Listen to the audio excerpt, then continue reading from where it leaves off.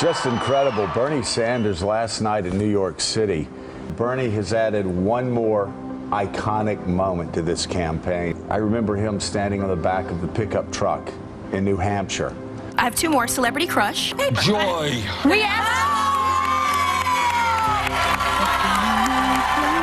I gotta stick up for Bernie because that told me that you are a real New Yorker, because real New Yorkers use the tokens. I used to use a token to go to high school on the subway. And none of that means anything unless you have the supercalifragilisticexpialidocious bone, which is the backbone, because the backbone will keep us standing through all of our trials and our tribulations. And in this life, we will go through some stuff, but you cannot have a testimony without a test. They don't even say that Bernie Sanders is about to speak. But it's not only the networks. The Washington Post, they have 16 articles in a 24-hour period against Bernie Sanders. You know, it may not be good for America, but it's damn good for CBS. That's all I got to say. The money's rolling in, and the polls are open. This is fun. It's frustrating because I know that I did not change to no party affiliation. 45 minutes to park, 5.5 hours in line. We ordered pizza twice while waiting. This group refusing to believe Tuesday's debacle was an accident. The corruption has become so established that it got comfortable. So comfortable that it got lazy. And just remember, there's a special place in hell for women who don't help each other. It's really important to report these in a completely different way and not add them mathematically. They have the ability to decide who they choose to support at the convention at any point.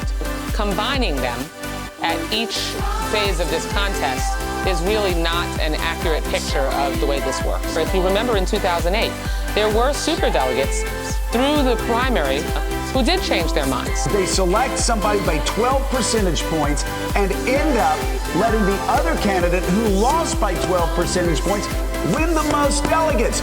That, by definition, is voter disenfranchisement. Trending on various social media platforms. But supporters were frustrated when national TV channels failed to cover the events despite the huge turnouts. We're tired of the corruption. We're tired of the corruption. Here's what we want. Here's what we want. Free and fair elections. Those candidates, those governors, those Republican states who are trying to keep people from participating in the political process are nothing more than cowards. Never before in all our history have these forces been so united against one candidate as they stand today. They are unanimous in their hate for me, and I welcome their hatred. In the Granite State, Bernie Sanders and Donald Trump each crushed their competition by 20 points. So kudos to him. We project wins his home state. And it will be, he'll be adding to his winning streak.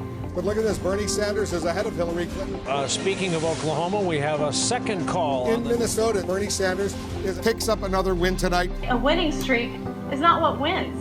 And right now, Hillary Clinton has the math in her favor. To have so many people turning out for the first time to support their candidate clearly benefited Bernie Sanders. Nate Silver's popular polling site 538.com predicted Clinton had a greater than 99% chance of winning. I want to thank the many thousands of volunteers for knocking on doors and for making the phone calls. But late last night, Silver wrote that Michigan would, quote, count as among the greatest polling errors in primary history. It's a caucus.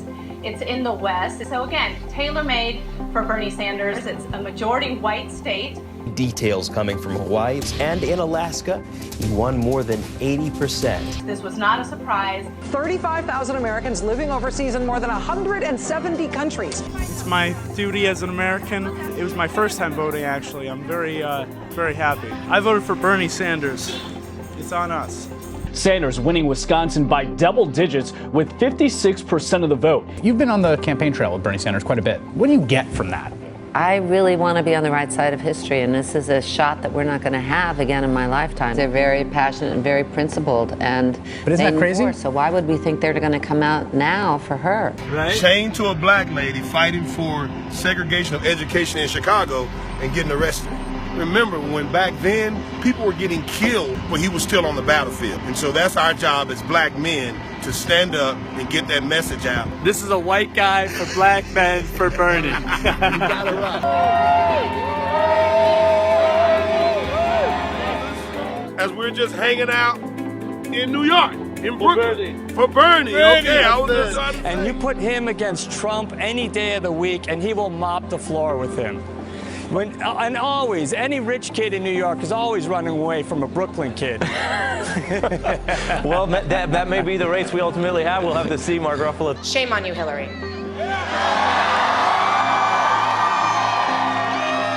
Oh, sorry, hold on. Let me watch my tone.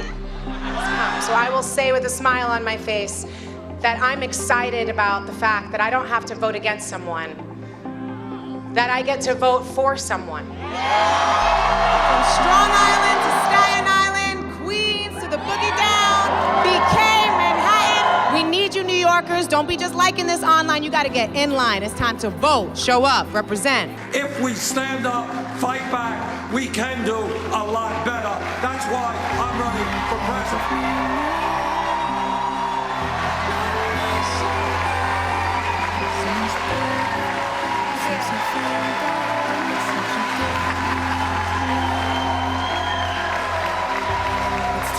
Democratic frontrunner right now is unfortunately someone who has taken millions and millions of dollars from many dictatorships: Algeria, Bahrain, Qatar, Oman, Saudi Arabia, countries that execute people for being gay. I know that the only person that my logical, beautiful black mind will allow me to vote for is Senator Bernie Sanders. By 12 points, 56 to 44, notching his 8th win. We could fly to And I know 51 years later, you're willing to fold your arms, hold your hand, and listen to two black girls yell and scream, rightfully so, as opposed to someone who will tell you to shut up. You've received over $600,000 in speaking fees from Goldman Sachs. You're telling corporate America they cannot have it all. That was Bernie Sanders in Brooklyn just moments ago. He caught up with some Verizon workers who were on strike this morning over a contract dispute. Was this trip to visit the protesters planned? Because it seemed off of what we normally see from Bernie Sanders. Something that Senator Sanders, does quite often. He stops by these protests and he tells them that he understands what it's like to be on the picket lines. Change is difficult. And what this man is asking of us is to be the machine now. I give you Bernie Sanders. Get it up, Bernie Sanders! There is no president who will fight harder to end institutional racism in this country and to reform our broken criminal justice system. 53-39, Sanders beats Trump. I don't believe it. We need you all to do some very important things. Each and every person in this room, you are a part of making the political revolution real. And we have to get out here and make sure that we register people to vote, that we are out there voting in great numbers, and we make it known that Senator Bernie Sanders will be the next president of these United States of America.